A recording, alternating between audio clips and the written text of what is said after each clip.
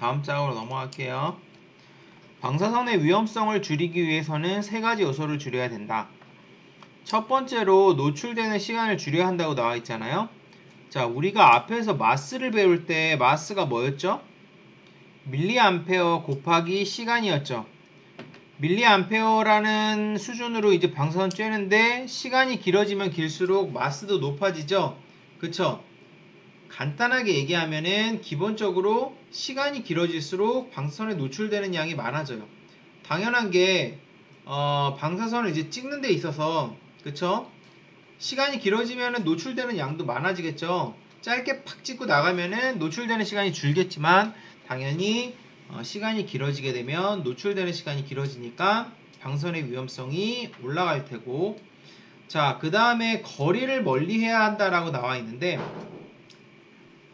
네, 두 번째는 이제 거리를 멀리 해야 돼요. 빔에서 2배 멀어지면 4분의 1로 방사선 양은 줄어들어요. 이거 알아두세요. 2배 멀어지면 2분의 1로 줄어드는 게 아니고 4분의 1로 줄어들어요. 3배 멀어지면 9분의 1로, 4배 멀어지면 16분의 1로. 그래서 그 제곱분의 1로 그 방사선의 양이 줄어들게 돼 있어요. 그래서 기본적으로 방사선이 이제 막 이제 쬐잖아요. 거기서 멀리 떨어지면 떨어질수록 방사선에 노출되는 양은 줄어들어요. 근데 강아지 방사선 할 때 보정하는 거 보셨죠? 보정하는 거 보면 알겠지만 그게 기본적으로 가능하지가 않아요. 그죠? 강아지 이렇게 잡고 있어야 되는데 내가 빔에서 2배 멀리 떨어질 수 있어요? 다리 이렇게 쭉 늘릴 수도 없고, 그죠? 그렇기 때문에 이건 이제 쉽지는 않은데, 어쨌든 만약에 내가 이제 방사선 만약에 이제 보고 있는 상황이고 만약 피할 수가 없다. 그럼 최대한 멀리 떨어지는 게 좋아요. 2배 멀어지면 4분의 1로 줄이고, 3배 멀어지면 3의 제곱분의 1, 9분의 1로 이제 줄어드는 거죠. 9분의 1로 줄어들면 어떻게 돼요?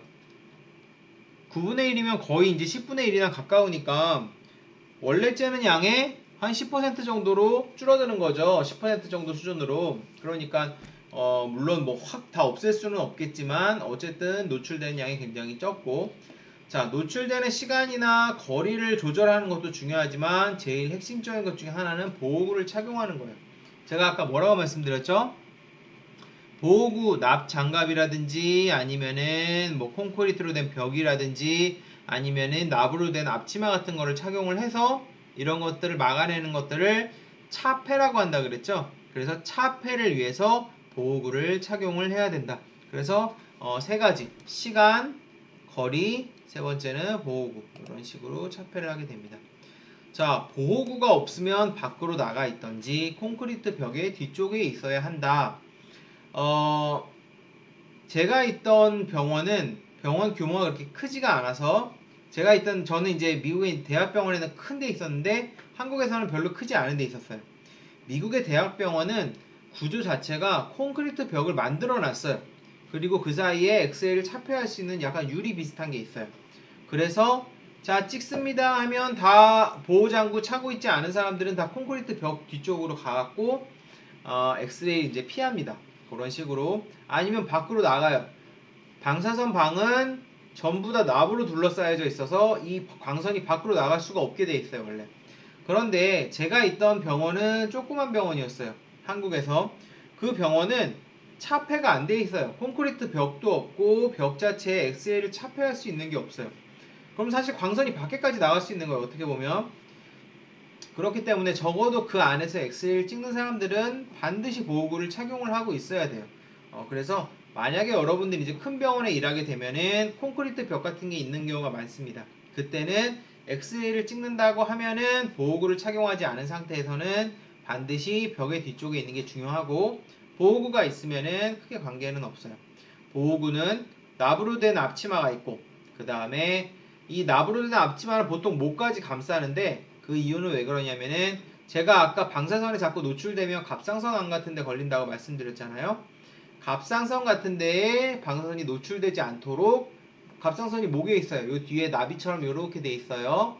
여기에다가 그 납으로 된 앞치마 자체가 이렇게 위까지 올라오게 돼서 목까지 감쌀 수 있게 돼 있어요. 그래서 목만 감싸는 이렇게 목도리처럼 된 것도 있긴 있는데 보통은 목까지 다 감쌀 수 있는 그런 앞치마를 입게 되고, 여러분들도 아마 입어보셨죠? 입었을 때 어때요? 되게 무겁죠? 무겁고 움직이기 힘들고. 자, 그 다음에 손에도 납으로 된 글로브를 끼게 되는데, 이거는 낄 수밖에 없는 게, 납으로 된 글로브를 왜 끼냐면은 다리를 잡잖아요, 그죠? 보통 그 강아지 양쪽 다리를 잡고 찍는데, 그러면은 손은 무조건 노출될 수밖에 없어요. 손은 무조건 노출될 수밖에 없기 때문에 납으로 된 글로브를 끼는데, 이게 일반적인 장갑보다도 훨씬 납으로 되어 있으니까 어때요? 움직임이 힘들어요. 움직임이 힘들고, 그 다음에 잡기도 힘들고, 그러다 보니까 하다 보면 자꾸 찍는 사람들이 이거를 자꾸 안 끼워요. 이 장갑을 안 착용을 하지 않고 그냥 불편하니까 찍는 경우도 많은데, 당연히 납으로 된 글로브를 끼고 하는 게 좋고, 눈에 고글을 안 끼는 경우는 많아요. 눈에는 이제 잘 안 하는데, 보통 그래도 안전을 위해서는 그 방사선이 차폐가 되는 고글을 끼는 것이 좋습니다. 그래서 이 사진은 제가 이제 대학 다닐 때 본과 3학년 때 수의과 대학에서 얼굴이 왜 이렇게 희한한데, 이게 이제 착용 방법이에요. 그래서 여기 앞치마 입고 장갑 끼고 고글까지 쓰고 이렇게 되면 다 차폐가 된 거예요. 그렇게 되고, 보시면 이게 갑상선 보호대 여기 있네. 갑상선 보호대가 이거예요, 이거. 그래서 보통 이게 원래는 요새 나온 애들은 그냥 갑상선 앞치마에 갑상선 앞치마란다. 납으로 된 이 납복이라 그러죠. 납으로 된 앞치마에 그냥 갑상선 보호대가 붙어 있어요. 근데 그냥 갑상선이 목보호대가 따로 나와 있는 경우도 있고, 장갑 말씀드렸죠? 장갑은 이렇게 그 벙어리 말고 이렇게 돼 있는 것도 사실은 납으로 돼 있으면 움직이기 되게 힘든데, 얘는 심지어 벙어리예요. 그래서 잡기가 조금 힘들기도 해요. 그래서 그리고 이제 고글, 그 다음에 갑상선 옷, 요거는 이따 설명드릴게요. 뭔지 이런 키트는. 그래서 이거 다 쓰고 나면 어떻죠? 몸이 엄청나게 무거워요. 무겁고 움직이기도 힘들고 이제 그런 부분들이 있지만, 아까 말씀드렸듯이 요거 이제 제대로 착용하는 것들이 굉장히 중요하다고 말씀을 드렸죠. 자, 그 다음에 촬영자 보호. 엑스레이 사진에 손 등이 노출되면 안 된다. 이게 원칙인데 이렇게 하기는 사실 굉장히 어려워요. 왜냐면은 팔다리 찍고 할 때 결국은 그 이제 책이나 텍스트 보면은 손이라든지 그 손으로 잡잖아요. 그럼 이제 이 강아지 다리라고 치면은 손으로 딱 잡았어. 그러면 손이 나올 수밖에 없어요. 손이 나올 수밖에 없는데, 손이 나오면 안 된다라고 이제 사실 원칙을 정해두고는 있는데, 이거는 사실 조금 어려워요. 조금 어렵기 때문에 여러분들이 가급적 손이 안 나오게 하는 게 좋지만, 혹시라도 나오는 한이 있더라도 반드시 차폐가 된 상태에서 하는 것이 중요하다고 보시면 되고요. 여기 지금 잡고 있는 손, 다리 잡고 있죠. 여기 지금 몸 잡고 있죠. 손가락 보이시죠? 다리 잡고 있죠. 손가락 보이죠? 사람의 손이 원칙적으로는 나오면 안 된다. 누가 물어보면은 당연히 안 된다고 얘기를 하지만, 실제로 찍을 때는 조금씩 나오는 경우가 많다. 자, 이런 마크 많이 보셨죠? 이런 마크가 방사선 안전에 대한 마크예요. 그래서 커션은 조심해라, 주의해라 이런 뜻이고, 레디에이션이라 그러면은 방사선이 나온다는 거예요. 이 마크죠. 방사선 마크. 이렇게 생겼고, 그래서 이런 게 붙어 있으면은 여러분들이 함부로 문을 열고 들어가면 절대 안 됩니다. 절대 안 되고, 물론 문 열고 들어갔다가 죽는 건 아니지만, 방사선 찍는 구역은 안전 때문에 문을 닫고 아무도 못 들어오게 해놓고, 보통 어둡게 해놓고 찍어요. 근데 여러분이 이제 병원 처음 가서 멋모르고 그냥 이렇게 돼 있는데, 뭐 밑에 관계자의 출입금지 이런 식으로 써 있겠죠. 확 들어가게 되면은 촬영에 많이 방해가 될 뿐만 아니라 안전에도 문제가 있기 때문에 주의하셔야 되고, 관계자의 출입금지. 자, 그 다음에 방사선 찍게 되면은 제가 지난 시간에 뭐라고 그랬죠? 암이라든지 그런 것들 걸릴 수도 있지만, 여성의 경우, 뭐 남성도 사실 마찬가지예요. 불임이 될 수도 있어요.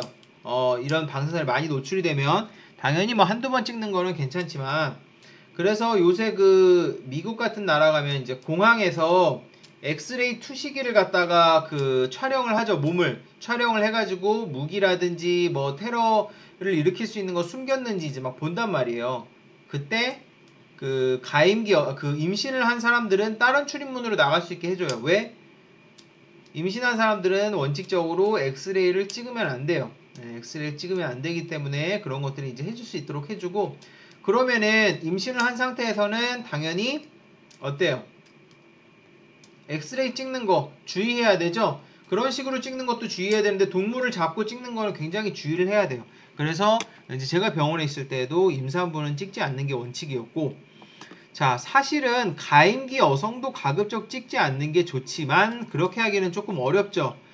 그렇기 때문에 가임기 여성은 보통 이제 찍게 되지만 아까 말씀드렸듯이 보호장구를 다 갖춘 상태에서 차폐를 하고 찍는 것이 중요하고, 그 다음에 어린아이들이 노출이 되게 되면 어린아이들은 특히 이제 그 나이가 어릴 때는 세포라든지 이런 것들이 좀 급격하게 자라기 때문에 암세포로 쉽게 변화될 수 있어요. 그렇기 때문에 18세 미만은 노출되지 않도록 하는 것이 원칙이고, 자, 찍을 때는 보호구 착용이 안 돼 있으면은 다 나가야 돼요. 그래서 가끔 어떤 병원, 작은 병원 같은 데서는 괜찮아, 이거 뭐 엑스레이 한번 찍는다고 문제되는 것도 아니고 비행기 한번 그 타는 것보다 오히려 그 노출되는 양이 적어 라고 하면서 엑스레이 찍으려고 그랬는데 안 나가는 경우도 있는데 다 나가야 돼요. 다 나가야 되고, 그리고 이거 착용 안 하는 경우도 꽤 많아요. 사실 저도 좀 경험을 했지만 저는 무조건 착용을 하지만 착용을 안 하는 경우가 많은데, 안전을 위해서는 착용을 하는 것이 좋습니다.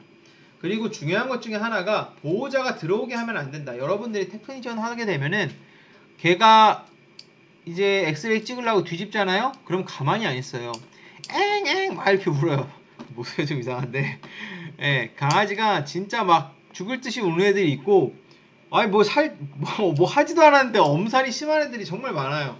그러면은 보호자가 바깥에서 막 걱정하다가 이런 마크가 있음에도 불구하고 막 문을 열고 들어옵니다. 그러면 어떻게 해야 돼요?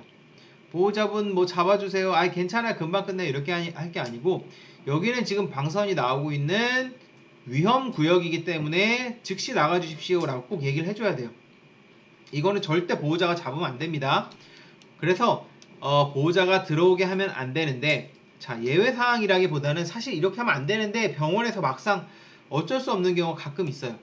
보정을 위해 들어오는 경우가 있습니다. 그래서 큰 병원은 그냥 아예 제가 일하던 그 미국의 대학병원은 큰 개는 아예 마취를 하고 나서 그 다음에 촬영을 하는 게 원칙이에요. 다 그렇게 찍어요. 그런데 한국에서는 마취를 하는 게 조금 꺼려지는 경우도 있고, 왜냐면은 이게 시간이 많이 걸려요. 마취하고 이런데 진짜 뭐 엑스레이 한번 찍겠다고 그냥 뭐 반나절이 걸려버리니까 미국은 그냥 여유롭게 시간을 두고 하는데 한국은 급해요. 급하니까 그냥 이걸 엑스레이 하나 찍는데 뭘 마취까지 해 라고 하면서 큰 개를 보통 찍으려고 하는데, 큰 개는 어때요? 찍는 수준이 달라요. 작은 개 같은 경우는 말티즈, 푸들, 뭐 한 비숑, 한 시바 정도까지도 그냥 잡고 어느 정도 이렇게 잡고 찍으면 되는데, 두 명이 해서 안 되면 세 명이 잡고 찍어야 되는데, 여러분들 뭐 리트리버를 찍는다든지 셰퍼드를 찍는다든지 아니면은 뭐 시베리안 허스키 같은 걸 찍는다면 어때요? 체중이 뭐 40kg, 50kg 나가는 애들도 있단 말이에요. 그러면은 그런 애들은 일단은 걔네들을 갖다가 이걸 들어 올려야 돼요. 그 찍는 엑스레이 대 위에 들어 올려야 되는데, 만약에 테크니션 여자분들 2명이 찍는다 그러면은 40kg짜리 만약에 내가 골드 리트리버를 찍는다. 그러면 어떻게 돼요? 20kg씩 나눠 들어야 되는데 그게 안 되죠. 드는 게 안 되고, 그럼 이제 한 3명 정도 달라붙어서 찍을 수는 있죠. 그 다음에 물론 뭐 리트리버가 착한 애들이긴 하지만 일단은 얘네도 등이 뒤집히고 보호자도 없고 낯선 사람들이 자기 손발 잡고 있으면은 몸을 막 움직이고 난리를 피워요. 그러면 어떻게 돼요? 그때는 컨트롤이 안 돼요. 컨트롤이 안 되기 시작하면은 엑스레이를 못 찍는 건 상관이 없는데 얘가 갑자기 대 위에서 점프를 한다거나 떨어져서 다칠 수도 있어요. 그렇게 되는 경우도 있고, 그 다음에 강아지 입마개도 하고 그렇게 되지만 여러분들 뭐 핏불 테리어라든지 아니면은 진돗개라든지 이제 물렸다가 하는 자칫하다 죽을 수 있는 애들 찍을 때는 강아지들이 만약에 난폭하다 싶으면 찍기가 어려워요. 거기다가 큰 개는 강아지 조그만 강아지는 그 아까 시준기 하면은 이렇게 표적이 나온다 그랬죠? 그 표적 안에 그냥 딱 한 번에 찍을 수 있는데 큰 개는 이 표적 안에 이게 다 안 들어가요. 몇 번에 걸쳐서 찍거든요. 그리고 자꾸 움직이게 되니까 보정을 제대로 못하면 움직이게 되니까 사진 흔들리고 그렇게 되면은 천상 어떻게 되냐? 보호자분이 잠깐 들어와서 개를 진정시키거나 잡거나 들어서 올리는 경우가 가끔 있습니다. 그 경우에는 원칙상으로는 사실 이렇게 하면 안 되는데 실제 병원에서 이렇게 하는 경우가 있어요. 그래서 여러분들 그냥 알아두세요. 그때는 보호자분이 노출이 되는 거를 감수를 하고 그냥 찍습니다. 네, 그냥 찍는 경우가 있지만 원칙적으로는 사실 그렇게 하면 안 돼요. 그래서 보호자분한테도 얘기를 해줘서 그 방사선이 나오기는 하지만 괜찮으시면은 잠깐 잡아달라고 말씀을 드릴 수는 있어요. 하지만 원칙적으로는 권장이 되지 않는다. 하지만 잘못했다가는 개가 다치든 사람이 다치든 그런 경우도 생길 수 있기 때문에 위험하다 싶으면은 얘기를 하는 게 좋고, 만약에 두 명이서 이제 이건 여러분들이 병원 가서 찍다가 문 닫아놓고 어두운 데서 이제 찍잖아요. 그러면은 두 명이서 할 수 있을 거라고 생각하고 찍었는데 걔가 난리를 너무 심하게 치고 그러면은 그때는 어떻게 해야 돼요? 빨리 불러야 돼요. 누구를? 한 분만 와서 도와주세요 라고 해서 그분도 빨리 보호장구 착용하고 한 명이 더 보정한 상태에서 찍을 수 있도록 해야지. 그 대에서 그 위에서 하면 한 1m 정도 1m 되죠. 1m 정도 되는 상황에서 걔가 그것도 만약에 체중이 많이 혹시라도 나가는 걔가 막 난리를 치고 본인은 납장갑 끼고 납옷 입어서 몸이 막 무거워서 컨트롤할 수 없는 상황이면은 걔가 어떻게 돼요? 난리를 피우다가 바닥으로 떨어져서 팔다리를 다치거나 뭐 뇌를 다치거나 그렇게 되면은 병원이나 여러분들이 책임을 뒤집었을 수도 있어요. 그래서 그런 것들 이제 좀 주의해야 돼요. 어쨌든 대에 올려놓고 찍는 거기 때문에 강아지 떨어지지 않도록 항상 붙잡고 있고, 그 다음에 내가 잠깐 이제 딱 안고 있을게 하고 나서 테크니션 선생님들끼리 이제 커뮤니케이션을 해야 돼요. 잠깐 내려놓을 때는 내려놓고 나 납복 입고 올게요 하면은 이 사람이 옆에서 잡아줘야 되죠. 나 납복 입고 올게 하고 두고 잡아주겠지 하고 옷 입으러 갔는데 이 사람은 여기 뭐 조절하고 있고 컴퓨터 그러다가 걔가 떨어지면은 팔다리를 다칠 수도 있어요. 그렇기 때문에 항상 들어가서 팀을 짜서 커뮤니케이션을 잘 해야 된다. 그리고 아까 말씀드렸듯이 찍을 때는 보호장구가 없으면은 다 나가야 합니다. 그래서 찍기 전에 조영제를 먹일 수도 있고 좀 뭐 잡아줄 수도 있고 그 다음 노출 조건 조정할 수도 있고 이것저것 내가 들어와서 할 수는 있지만 일단은 보호장구가 없으면은 무조건 나가 있는 게 원칙이다. 자, 이거는 미국에서 지금 찍는 거를 갖다가 제가 사진으로 찍어온 거예요. 제가 이 영상 진단학 초두에 처음에 찍을 때 어떻게 했죠? 여기 처음 진도 나갈 때 다른 사진 같은 거 보여주면서 미국에서 어떻게 찍는지 보여줬죠. 말 같은 거 찍으면서, 말 다리 같은 거 찍으면서. 그래서 영상 진단을 찍을 때 말, 그 다음에 소도 찍어요. 송아지 같은 애들도 찍고, 사자 CT 찍은 적도 한 번 있어요. 병원 있을 때. 그 다음에 이렇게 큰 애들도 있지만 작은 애들도 있어요. 햄스터 CT 찍은 적도 있어요. 제가 찍진 않았지만 구경만 했지만 가서 500kg, 600kg 되는 말을 막 CT를 찍고 막 그래요. 이제 그렇게 굉장히 다양한 동물을 찍기 때문에 원칙적으로는 이제 위험할 수도 있어서 보통 이제 마취를 하게 되는데, 보시면은 지금 걔가 어때요? 대형견이죠, 둘 다. 얘는 지금 다리 찍는데 지금 걔 상태가 어떻죠? 어때 보여요? 쓰러져 있죠. 누가 잡아주는 사람도 없는데 마취된 거예요, 마취. 이게 마취기계예요. 여러분들 나중에 저랑 같이 뭐 보건 실습실에서 이 마취기계에 대해서 조금 배울 거예요. 지금 이 팀은 마취팀이에요. 이 사람이랑 이 사람 마취 테크니션이고 이 사람은 마취 학생이에요. 얘 이름이 뭐였지? 첼시였나? 잘 기억이 안 나는데 예. 마취 테크니션이에요. 그래서 둘이 지금 마취를 계속 체크하는 거예요. 마취팀은 마취만 보는 거예요. 얘 마취 시켜놓고 지금 여기가 이 팔이 방사선 테크니션이에요. 이 팔 똑같은 사람이에요. 제니퍼라고 하는 사람인데 이 사람이 지금 강아지 발 있는 데를 지금 조정을 해갖고 다른 개인데 엑스레이를 지금 찍으려고 하는 거예요. 그래서 미국에서는 큰 개를 마취를 반드시 하고 찍습니다. 그런데 한국에서는 안 그러는 경우가 꽤 있어요. CT는 무조건 마취를 해야 돼요. 왜 그러냐면은 CT는 움직이면 안 되거든요. 근데 엑스레이는 컨트롤만 잘하면은 딱 안 움직일 때 딱 찍으면 되기 때문에 제가 있던 그 조그만 병원에서는 엑스레이 찍을 때 진짜 리트리버 막 3, 40kg 되는 애들 와도 그냥 여러 명이 붙어서 찍을지언정 마취를 하지는 않았어요. 한 번도. 진정을 할 수는 있지만 마취까지 하진 않은데 여기는 그냥 보통 마취를 합니다. 아니면 심하게 진정시키거나 여기 이제 마취 기계를 통해서 이 친구도 마취 팀이에요. 이런 식으로 찍고 자 보시면은 이 친구는 지금 납으로 된 옷을 입었죠. 그러면 마취하는 도중에도 이 친구는 여기 있어도 돼요. 이 친구는 어때요? 마취복을 안 입었어요. 지금 이 방사선 오늘 옷을 안 입었어요. 그러니까 이 친구는 마취하는 동안에는 어때요? 방사선 엑스레이 찍는 동안에는 나가 있어야 돼요. 자 그러면 이렇게 마취를 해놓으면은 지금 이 테크니션도 지금 납복을 안 입었죠. 이 테크니션도 나가요. 그러면은 마치 그 방사선 찍을 때는 이 사진 같은 경우 보면 납복 입은 사람이 여기 한 명 있네. 그쵸? 한 명이 살짝 잡아주기만 하고 마취가 된 상태이기 때문에 심하게 보정을 할 필요는 없어요. 마찬가지로 여기도 마취하는 사람이랑 아마 잡아주는 사람 살짝 그냥 눌러주는 사람이 있을 텐데 그 정도 빼고는 굳이 보정을 할 필요는 없어요. 마취가 된 상태이기 때문에. 그래서 큰 개는 이제 마취를 이제 꼭 하는 것이 좋습니다. 말씀드렸듯이 마취 잘 안 한다 정도 알아두시면 되고. 자, 그 다음에 제가 아까 전에 이렇게 생긴 기계 보여드렸잖아요. 이게 한국 병원에서 많이 쓰는지는 제가 잘 모르겠어요. 저는 작은 병원에 있다 보니까 이걸 안 쓰는데 이거는 사람 병원에서 지금 쓰는 거예요. 한일 원자력 본사 이런 식으로 돼 있고 로리 엘 헤드 뭐 이렇게 돼 있고 제가 쓰던 거는 이름이 천정환이라고 실제로 써 있어요. 이게 뭐냐면은 퍼스널 도시미터라고 하는 건데 그냥 우리가 도시미터라고 불러요. 도시미터라는 게 뭐냐면은 우리가 이거를 차고 있으면은 엑스레이에 얼마 정도 노출되는지 얘가 계산을 합니다. 그래서 우리가 엑스레이가 아까 뭐라 그랬죠? 눈에도 보이지도 않고 냄새도 안 나고 쬐는지 안 쬐는지도 몰라요. 그러면은 노출량이 한 번에 낮다고 할지라도 지속적으로 노출이 되면 이게 계속 상승한다 그랬죠.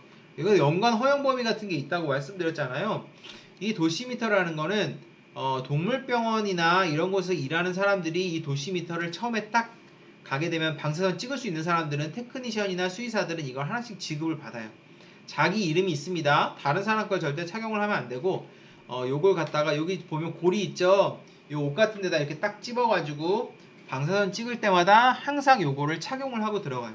그러면은 방사선이 자기한테 날라오죠. 자기가 잡고 있을 때 하든 어쩔 때든 방사선이 자기한테 날라온단 말이에요. 그쵸?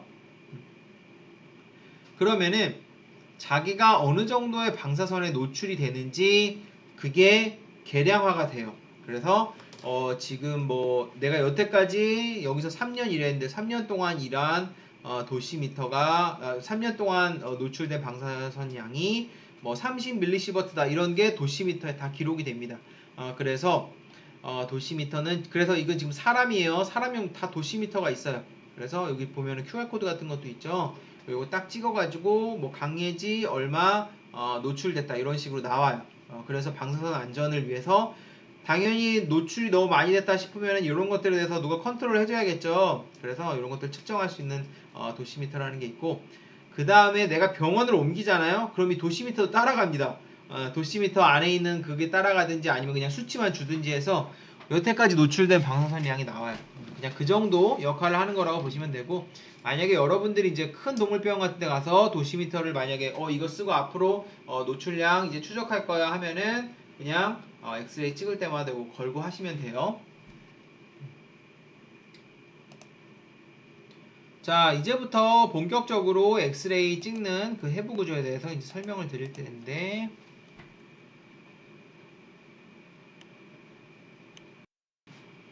자 일단은 여러분들이 엑스레이를 찍는 데 있어서 해부 구조에 대해서 자세하게 알 필요는 없어요.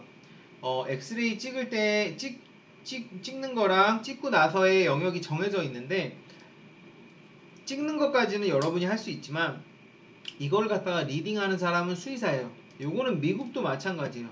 미국의 테크니션은 주사를 놓는다든지 정맥 주사, 정맥 라인 잡는 거 있죠. 라인을 잡는다든지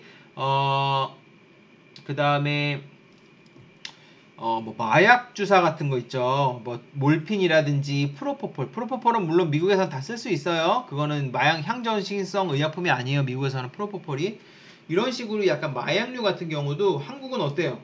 동물병원 보시면 알겠지만 이거는 수의사만 접근이 되지만 미국은 테크니션도 접근이 됩니다. 어느 정도 교육을 받고 나면은 수의사나 테크니션이나 이건 제가 마취할 때 알려드릴 거예요. 테크니션 접근이 되는데 그래서 그 미국의 테크니션은 수의사가 할 수 있는 범위랑 겹치는 부분이 되게 많아요. 그래서 웬만한큼 수의사가 할 수 있는 거는 다 할 수 있어요. 그런데 단 3개는 절대 하지 못합니다. 그게 뭐냐면 첫 번째가 수술. 수술을 테크니션이 하면 안 되겠죠. 수술기구 준비하고 보조하는 건 테크니션이 할 수 있겠지만 그 다음이 진단이에요. 진단. 그러면은 엑스레이를 보고 내가 엑스레이를 아무리 지식이 좋고 한다고 하더라도 엑스레이를 내가 딱 보고 얘는 폐수종입니다. 얘는 장폐색입니다. 이런 식으로 진단을 하는 그런 거는 못하게 돼 있어요. 진단은 반드시 수의사만 하게 돼 있습니다. 미국도 마찬가지고 자, 그 다음 세 번째로 미국에서도 안 되는 거는 처방이에요. 처방. 자, 얘는 폐수종이 있으니까 이제부터 라식스라는 약을 갖다가 킬로그램당 4mg으로 4시간마다 한 번씩 줄게요. 뭐 이런 식으로 처방을 하게 되잖아요. 이 처방은 테크니션들이 못하게 돼 있어요. 미국도. 그래서 미국에서 웬만큼 테크니션이 수의사 하는 거 웬만한 건 다 할 수 있지만 3개를 못해요. 처방, 진단, 그 다음에 수술. 요 3개는 거의 못한다고 보시면 돼요. 자, 그러면은 엑스레이를 우리가 딱 보고 읽고 리딩하고 그런 거는 무슨 영역이에요? 진단의 영역이죠. 내가 무슨 병인지 보려고 하는 거니까. 그러면은 리딩하는 거는 여러분이 할 필요가 없는 거예요. 여러분은 제가 엑스레이 처음 시작할 때도 말씀드렸지만 그냥 찍기만 하면 되는 겁니다. 잘 찍으면 되는 거예요. 미국도 테크니션들이 잘 찍는 데 집중하지 이 안에 있는 거는 리딩하는 거에 대해서는 필요가 없어요. 그래서 제가 해부 구조에 대해서 이제 쭉 설명을 드리겠지만 이거에 대해서 자세하게 알 필요는 없어요. 그리고 뭐 어떻게 보였을 때 무슨 병이 있고 이런 거 알 필요도 없습니다. 그런 거 알 필요는 없고 그냥 다만 여러분들이 흉부 찍고 복부 찍고 팔다리 찍을 때 관절이라든지 안에 장기 구조 자체는 간략하게라도 알고 있어야 돼요. 그래서 그냥 들으면서 해부 구조가 어떤지 정도 간략하게 알고 있으면 될 것 같아요. 그래서 한 조금만 쉬었다가 다시 시작하도록 할게요.